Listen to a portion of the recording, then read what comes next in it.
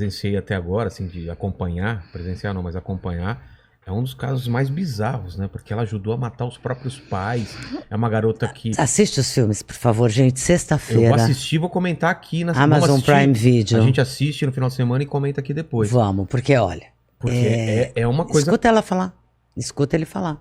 Eles têm histórias diferentes sobre o que aconteceu. Caramba. E na época, eu não ouvi tanta... Engraçado, porque a gente já estava tão Então, massificado. Então vamos para ela agora, a gente falou do Nardoni, como você entra nesse caso da Richthofen? Esse caso são as coincidências que não existem, né? Eu estava fazendo um estágio, porque eu não conseguia saber como era a perícia no Brasil. O FBI tem site, tinha. Estamos falando de 2001. 2002. A Scotland Yard, tudo você sabe. E Brasil? Brasil não tinha nada. E eu não conseguia entender como que... Nem sabia que tinha perícia, assim, muito boa, assim, não sabia. Tá. Aí eu me inscrevi num curso de perícia na Academia de Polícia de São Paulo. Eu perguntei se eu podia ser ouvinte. Foi engraçado, porque Dr. Délio, ele olhou para mim e falou, olha, nunca ninguém perguntou. Mas não tem nenhum lugar que diz que pode, mas também não tem um lugar que diz que não pode. Pode ser ouvinte, vai, tudo bem, vou deixar. Eu que estava escrevendo ainda o Louco ou Cruel, que é o primeiro livro. Aí ele me deixou ser ouvinte, e aí que eu fiquei sabendo, com esses peritos que ficaram meus colegas ali, eu fiquei sabendo que tinha não só perícia, como tinha uma perícia de homicídios, que ficava lá no prédio de homicídios, na Brigadeiro Tobias.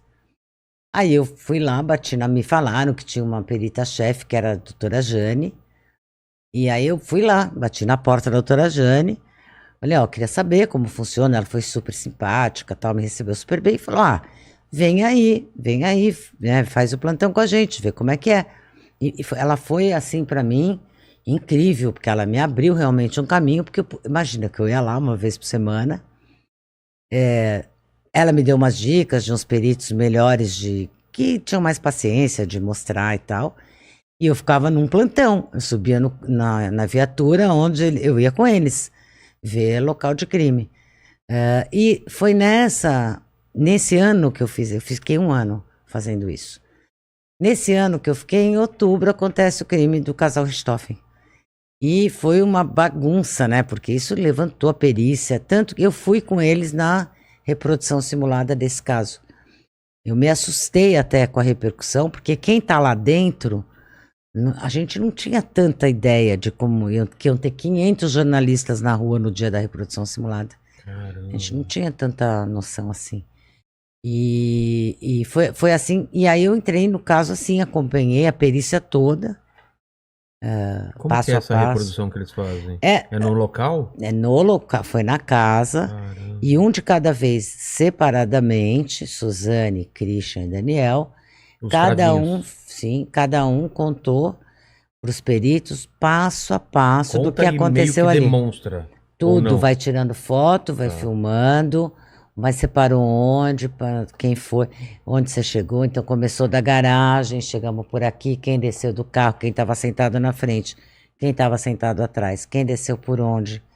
Onde eles puseram as meias na cabeça, não puseram, eles eram preocupados com o DNA, né? Com fio de cabelo, não queriam deixar provas. Então tem tudo, você reconstrói passo a passo. E aconteceram coisas estranhas lá, porque, por exemplo, o Daniel é muito emotivo. E quando a Jane, para montar essa reprodução simulada, os policiais que fazem o papel das vítimas. Então ela botou um policial mais ou menos o tipo do Manfred para fazer o Manfred, e um policial mais ou menos do tipo da Marísia. São os pais. São os pais que ficaram já deitados na cama. Então o Christian e o Daniel não viram a cara deles. Certo. E aí mostraram que a Suzane já tinha mostrado, eles também mostraram que ela acendeu a luz do corredor, o que deixava o quarto um pouco escuro ainda. E aí eles entraram com o bastão, a perícia tinha feito um bastão de papelão, né, para eles mostrarem como foi. E o Daniel então entrou, mostrando que ele foi pro lado do Manfred. E aí, cara, acendeu a luz. E quando ele viu Era... o policial, que era parecido com o Mano, Nossa. cara, ele começou a passar mal, começou a chorar, começou a passar mal e respira e não consegue. E Caramba. olha a perita ali, os peritos do lado, calma, respira. O cara que ele Reviveu. reviveu. E aí você sabe que a gente até rezou um Pai Nosso, todo mundo deu as mãos, Caramba. porque ia interromper, ele não ia conseguir continuar. O cara desesperou. Então você vê que a reprodução, porque uma coisa é você imagina que um crime dura segundos, minutos, é pouco, né? É rápido, É rápido. mas na reprodução simulada não é. Para. Até onde? Para. Clique, clique, clique. Aí você fez o quê? Andou para lá, para, clique. Então, não sabia disso. é muito vagaroso e realmente traz à tona um momento muito mais prolongado, uma memória muito mais prolongada. Caramba, e fizeram com os 3. Fizeram com os 3 em E foi o único que separado. desabou, os E outros. os outros não desabaram. O Christian, eu fiquei muito impressionada que a perna dele tremia tanto no Ah, começo que a calça dele tremulava, assim, que nem uma bandeira no vento, sabe? Caramba. Tava bem nervoso. E ela é uma coisa estranha, assim, porque ela. Muita gente fala frieza, né? Mas eu não ia. É uma distância. É como se ela estivesse contando uma história que não é dela. É muito longe, assim. A perita Jane pergunta para ela, fala assim, me conta o que aconteceu naquele dia. E ela sempre quer tirar 10, né? Ela é a melhor aluna do planeta. Aí ela pergunta assim, mas quer que eu comece da onde contar? Daquele dia de manhã? Pode começar daí, do dia de manhã. E aí é uma voz monocorde, assim, aquele dia de manhã eu acordei, tomei café com a minha mãe, meu pai, com meu irmão, aí fomos pra escola. Assim, e é como se não fosse... Gente, já tá contando o dia que os pais morreram, assassinados. Estraçalhados. Parece que ela tá contando um e filme ela que tá ela contando viu. uma. Como, entendeu? Às vezes até E um nem filme você que não conta mais assistiu. envolvida. Mas um filme que ela nem gostou que você leu uma resenha. Sabe, exatamente. Assim? Eu vi que é um filme que fala de um casal. Então, eu não acho que é uma questão de ser fria. Entendeu? Por exemplo, ela estudou o processo para o júri. Olha, eu que não tenho nada a ver com isso, você que não tem nada a ver com isso, se você vê as fotos que tem no processo já é difícil, eu não posso imaginar se eu tivesse que ver essas fotos se fosse meu pai e minha mãe. Entendeu? Então, ela tem uma... É como se... É um split, na psicanálise fala bem. É uma distância, assim, não é com ela, é outra, é o outro. Muito louco. Cara, que assustador isso. É uma dissociação. Aí você acompanhou isso, você já começa aí. Aí, então, eu já tava lá desde o começo. E a imprensa toda lá fora. Toda lá fora, uma loucura, 500 caras, chovia, helicóptero. E eu morri de medo, porque eu fui a Onde única... foi mesmo? Que bairro? Campo Belo. Campo Belo. Tá. Eu era a única civil acompanhando esse trabalho. O resto era tudo polícia. E no noite anterior, um jornalista que eu nunca vou falar o nome, me ligou, me ofereceu, tentando entrar numa questão de me oferecer uma grana para eu entrar com uma câmera. Eu nem deixei ele, falei, não vai dar, não vai rolar, mas eu fiquei muito assustada. Até com isso. Falei, gente, mas onde que eu tô, olha, né? O nível que tá. E aí eu cheguei de manhã na reprodução simulada, a delegada bravíssima. E eu falei assim, doutora Cíntia Tucunduva. Ela é brava, magrinha, brava. E ela olhou pra mim e falou, você é quem? Falei, eu tenho porque eu tinha uma autorização de uma juíza, tá? Pra estar lá. Não sou Suzane. Não, mas eu tinha uma autorização, eu não fui lá de bico. Sei. Porque quando a gente viu que ia ter a reprodução, a Jane mesmo, meus peritos me falaram, vai na juíza corregedora, conta pra ela que você tá fazendo estágio aqui, e ela me deu uma baita autorização bacana para fins literários. Tá. Porque eu não sou jornalista. Você não poderia publicar. Imagina, não era, mas eu nem queria. Eu queria escrever esse livro que no fim eu escrevi mesmo. E mandei para a juíza que me deu autorização. Então eu mostrei, eu tremia, né, minha autorização. Daí eu falei, doutora, eu queria falar com a senhora. Eu tive um telefonema ontem. E eu tô com medo, porque se alguém filmar alguma coisa, eu quero que a senhora me revista. Para saber que não fui eu. Cara, essa mulher, o quê? chamou um perito, falou, pode revistar todos os homens e mulheres para esse quarto, levou todas as mulheres, todo mundo tirou a roupa.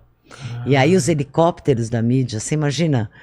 E a gente, assim, tinha que arrumar um quarto que fechasse a janela de tantos helicópteros de todas as TVs. Uma doideira da imprensa, uma doideira.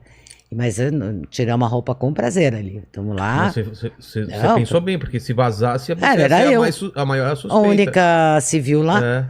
Então, aí não, ninguém tinha. Tudo bem, tudo ótimo. Seguimos. E você com o seu bloquinho de nota também. Eu com o meu caderninho amarelo, ficou famoso. Era um caderno amarelo, tudo igual, como eu faço. Tá. É o meu jeito. 2 cores, 3 cores. Tem júri que eu escrevo defesa em azul, promotor em amarelo, juiz em verde. Vou. Caramba. Deve ter aqui alguma página assim. E aí, daí, vocês fizeram a reprodução, e daí qual foi o próximo passo? Não, aí depois da reprodução simulada, que eles já eram confessos. Durou umas 4, 5 horas. Mais? Nossa, a gente chegou lá de manhã, saiu já era... só pra fazer o... porque é um de cada vez, faz tudo, né? E fala, e tem todo um protocolo. Demora. Reprodução simulada demora. Por isso que eu te falo, o crime é rápido, reproduzir não tanto.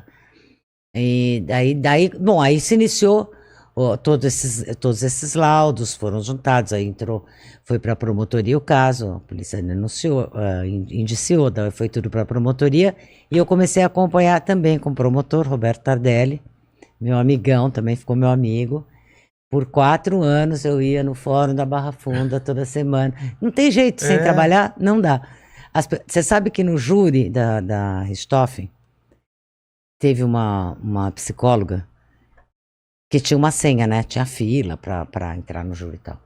E ela chegou lá, porque eu fiquei no plenário, o juiz me deu uma cadeira, aquelas cadeiras que dá para você pôr o caderno para escrever. Tipo escola. E eu tava então no plenário. E daí no intervalo, essa mulher veio pôr o dedo na cara com o juiz. Eu quero saber qual é o pistolão que tem que ter para estar aí também, porque eu tive que ficar na fila, pegar senha, e eu também tenho direito. Por que ela tá aí? Qual é o privilégio? Aí o juiz olhou para ela e falou, então, vamos combinar? Tem toda a razão. Quando a senhora quiser um caso, a senhora faz o seguinte, a senhora fica 4 anos vindo aqui toda semana. A senhora senta por 4 anos com o promotor, com o juiz, lê o processo. Convido a senhora a sentar aqui. Que isso? Fácil, né? Porque quem vê o livro pronto fala, nossa... Quer sentar na janelinha. Exatamente. Só que até ganhar confiança, não fazer nenhum estrago, acompanhar uma reprodução. Você acha que eu não tinha vontade de fazer minhas perguntas? Mas você estraga né? Mas eu vou estragar um trabalho? Mas nem pode, né? Não pode. Não. O que pode? Conheço um monte de gente que já burlou regras, né? E eu não ia fazer isso. Eu fui ganhando a confiança de onde eu passei. Então, E é como nos filmes? Vem o cara, faz a defesa, vem o outro de acusação, é bacana, a mesma coisa? É bacana. E meu filho que faz júri quando eu vejo? Como é que quando o cara fala alguma coisa que não pode, o cara... Fala, não é protesto. Protesto, tem isso aí? Eles interrompem, tem briga de promotor com advogado, quase rolam no chão. Você está induzindo a... testemunha.